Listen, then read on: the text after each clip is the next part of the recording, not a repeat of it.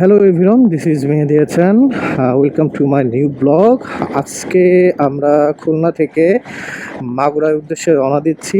এখন ঠিক ভোরবেলা নামাজ পড়ে আলহামদুলিল্লাহ আমরা রওনা দিলাম খুলনার উদ্দেশ্যে, মাগুরার উদ্দেশ্যে। আজকে আমাদের যাত্রাপথে কিছু জিনিস আমরা দেখব। বিষয়টা হচ্ছে আমাদের যশোর থেকে খুলনার যে রাস্তাটা শুনেছি ভেঙেছে, অনেক সমস্যা ফেস হচ্ছে, যার কারণেই আসলে সকালবেলা রওনা দেওয়া। কারণ এখন তো আসলে দিনের বেলা রওনা দিলে এই রোডে অনেক গাড়ি চলে, ট্রাক চলে, তো অনেক জ্যাম পড়ে, অনেক সময় লাগে। তো এই জন্যই সকালবেলা রওনা দেওয়া। যাওয়ার পথে আপনাদের রাস্তার দুই পাশে যে সিনারি ও অ্যাডভেঞ্চারগুলো দেখানোর চেষ্টা করব ইনশাল্লাহ, এবং রাস্তার সমস্যাগুলো দেখানোর চেষ্টা করব, কিভাবে আপনারা এই রাস্তাগুলোতে সেফলি রাইড করবেন চেষ্টা করব সেগুলো দেখানো ইনশাল্লাহ। তো চলেন আমরা রাইড করি এবং অ্যাডভেঞ্চারগুলো দেখার চেষ্টা করি, সঙ্গে সঙ্গে কথা বলি।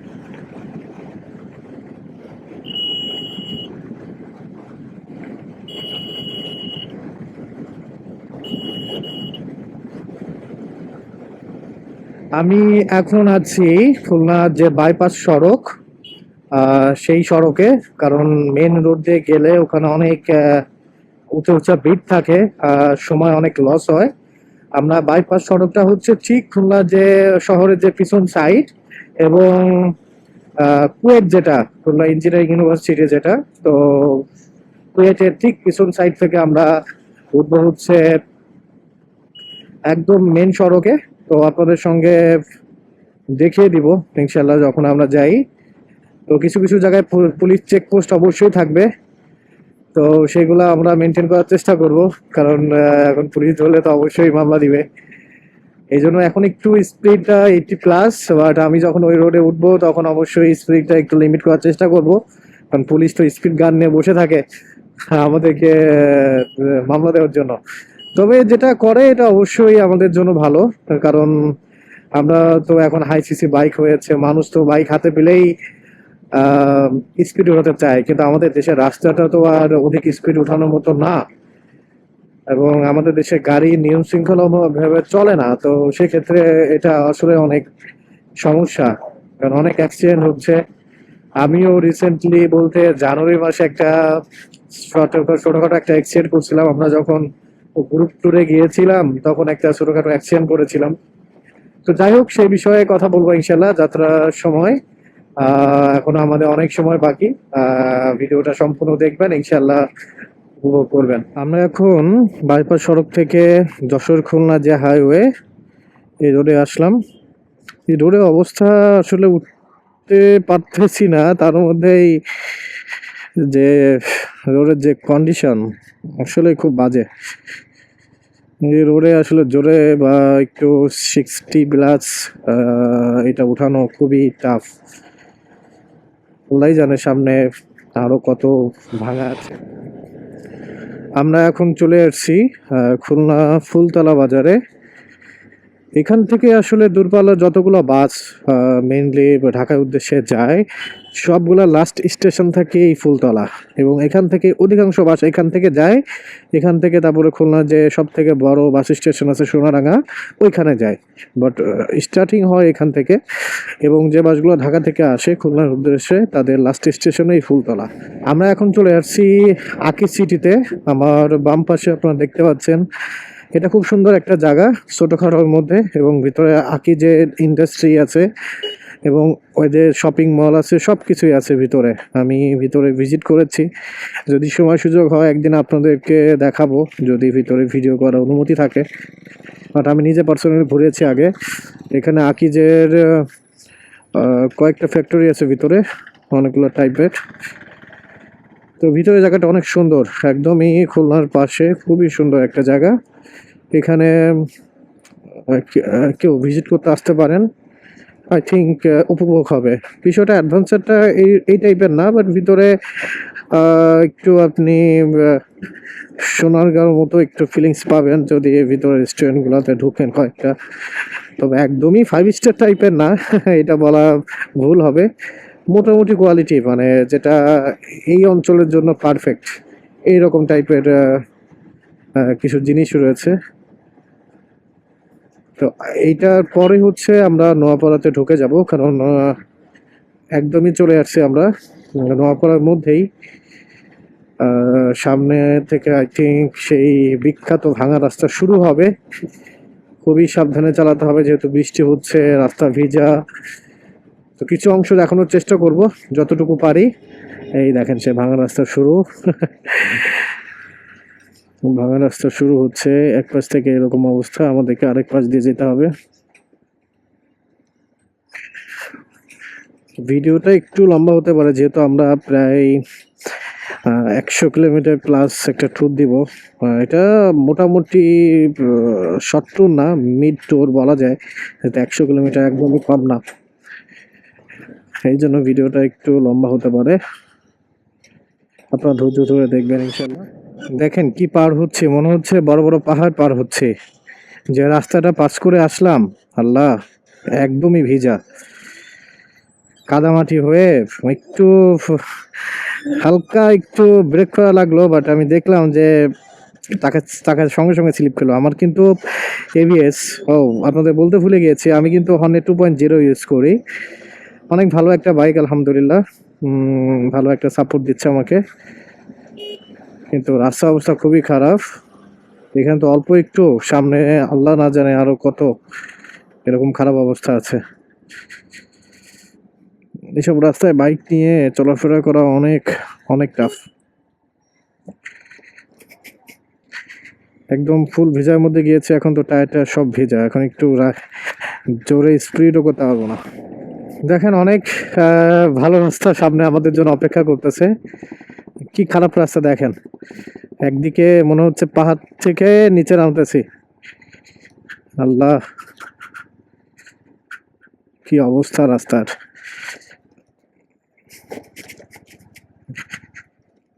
রাস্তাটা অনেক খারাপ হয়ে গেছে, মাঝে অনেক ভালো ছিল, আবার খারাপ হয়ে গেছে অনেক।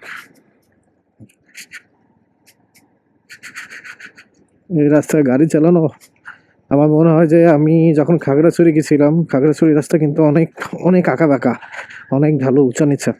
আমার কাছে মনে হয়েছে সাজেকের থেকে সব থেকে বাজে রাস্তা হচ্ছে খাগড়াছড়ি রাস্তাটা। ওই সময় মনে হয় গাড়ি চালাতে যে এতটা রিস্ক ফিল হয় নাই যতটা এখানে হচ্ছে। মাটি ভেজা, এখানে রাস্তার উপরে মাটি, পিচ, সব কিছু। হালকা ব্রেক করলে আপনি শেষ, স্লিপ খেয়ে পড়ে যাবেন। কিভাবে গাড়ি চালানো লাগতেছে দেখেন।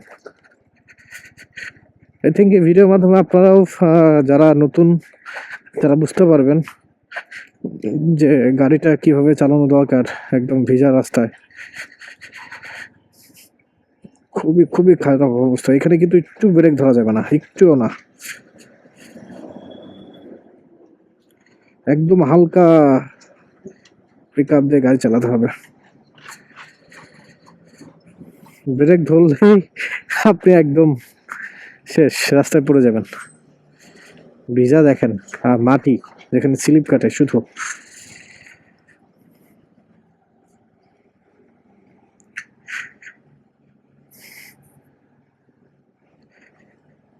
আজকে ভিডিওটা করার মেন উদ্দেশ্য হচ্ছে এটাই, যে ভাঙা রাস্তায় আপনারা কিভাবে সেফলি রাইড করবেন।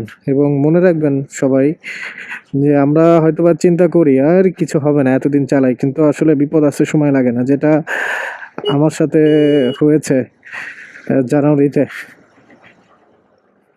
তো আমি এটা মনে করতাম যে এত মানে ভয়ঙ্কর ভয়ঙ্কর রাস্তায় গেছি, চট্টগ্রাম, কক্সবাজার, খাগড়াছড়ি, বান্দরবান, এত বাজে বাজে রাস্তায় গেছি। এইসব রাস্তা তো মোয়া তার কাছে।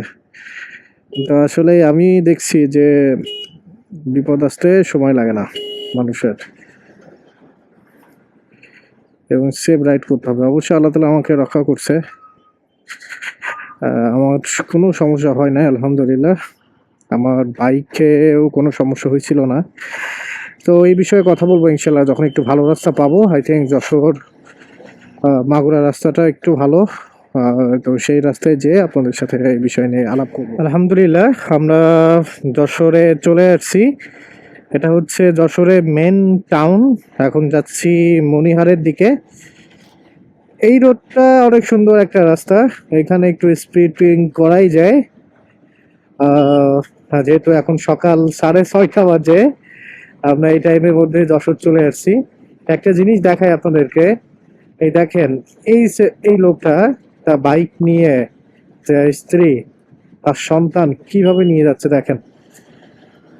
আমার একটাই কথা ভাই, এত রিস্ক নিয়ে আপনাদেরকে কেন রাস্তায় বেরোতে হবে 2 টাকা বাঁচানোর জন্য?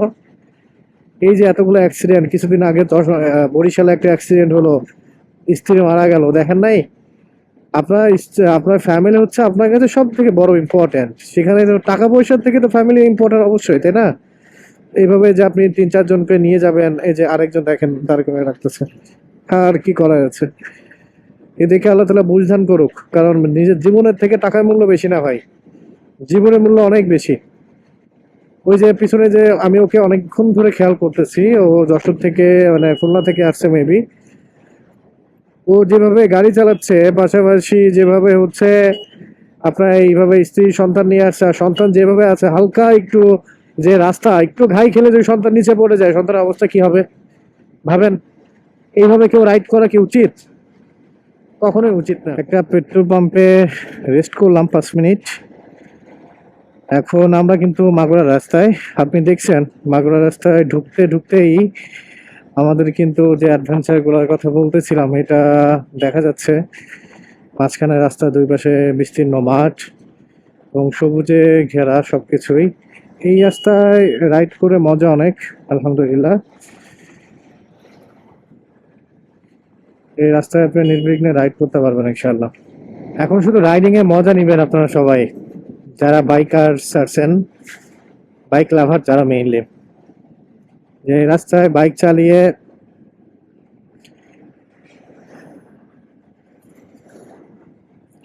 মজাই অন্যরকম। কিন্তু পুলিশও আছে কিন্তু যেখানে পুলিশ আমি বলে দিব, সেইখানে অবশ্যই আমরা অনেক কাজটা রেড করব। সেটা হচ্ছে সীমাখালি একটু আগে, 3 কিলোমিটার আগে পুলিশ দাঁড়িয়ে থাকে একদম এই ঝোপঝাড়ের মধ্যে, আপনি দেখতে পাবেন না, হঠাৎ করে সামনে চলে আসবে।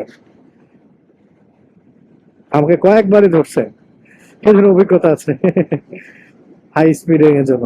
এইখান থেকে দেখেন কি সুন্দর একটা জায়গা, একদম মাঝখান থেকে রাস্তা, দুপাশ থেকে একদম। হাই স্পিড উঠানো যাবে না, রাস্তায় অনেক বেশি গাড়ি, স্পিড উঠে এই রাস্তায় এখন গাড়ি চালানো যাবে না, আজকে গাড়ি অনেক বেশি।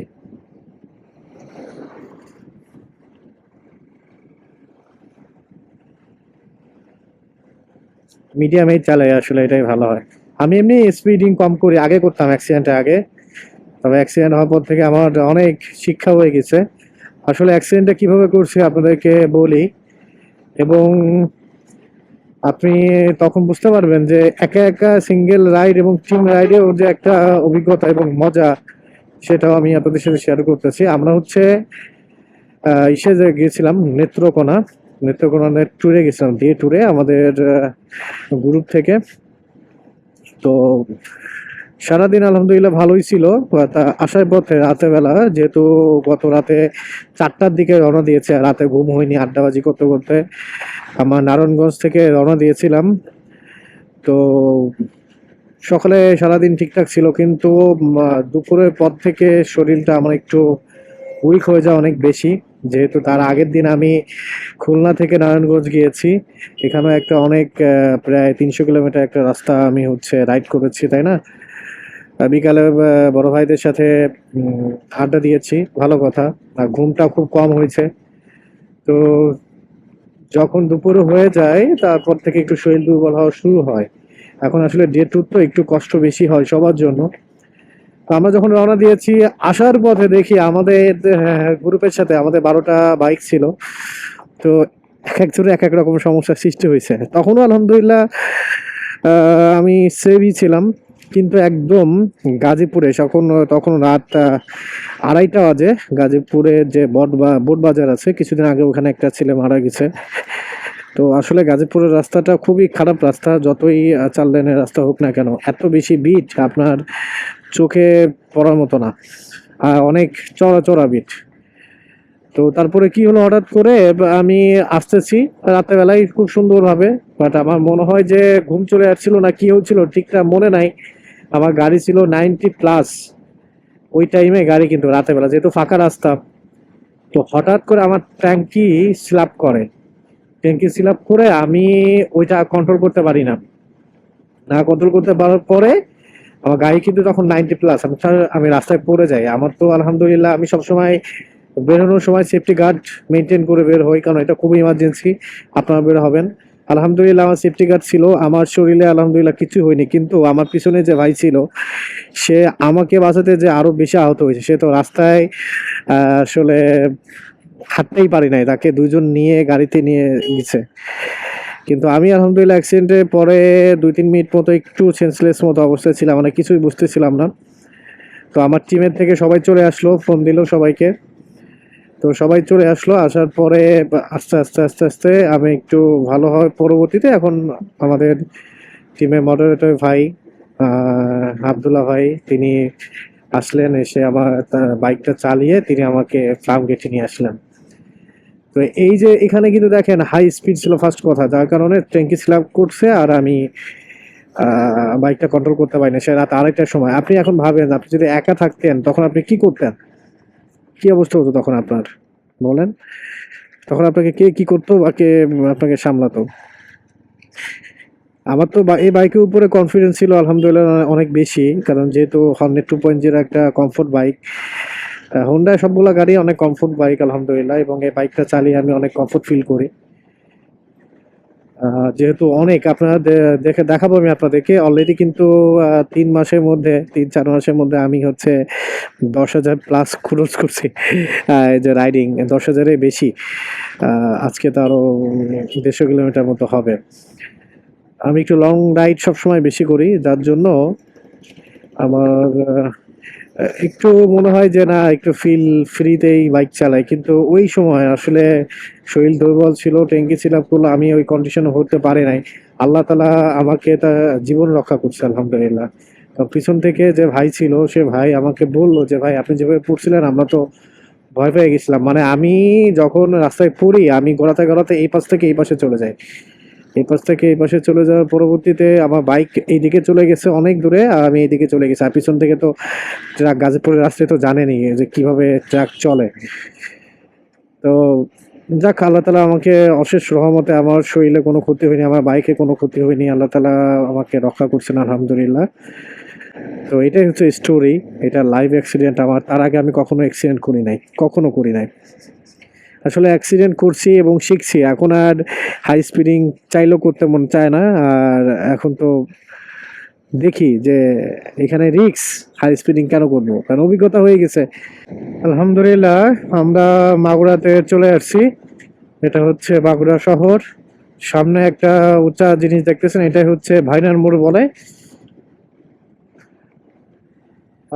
আশা করি ভিডিওটা সবাই ভালো লাগছে, সবাই আমার পাশে থাকবেন, আমার জন্য দোয়া করবেন এবং সাপোর্ট করবেন। ইনশাল্লাহ আপনাদের নিয়ে অনেক প্ল্যান আছে, আমি অনেক জায়গায় যাবো ইনশাল্লাহ, দেশে বাইরে সময় পেলে ইনশাল্লাহ যাব।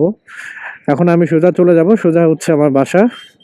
তো সবাই ভালো থাকবেন, সুস্থ থাকবেন, আমার জন্য দোয়া করবেন এবং সেফ রাইডিং করবেন অবশ্যই ইনশাল্লাহ।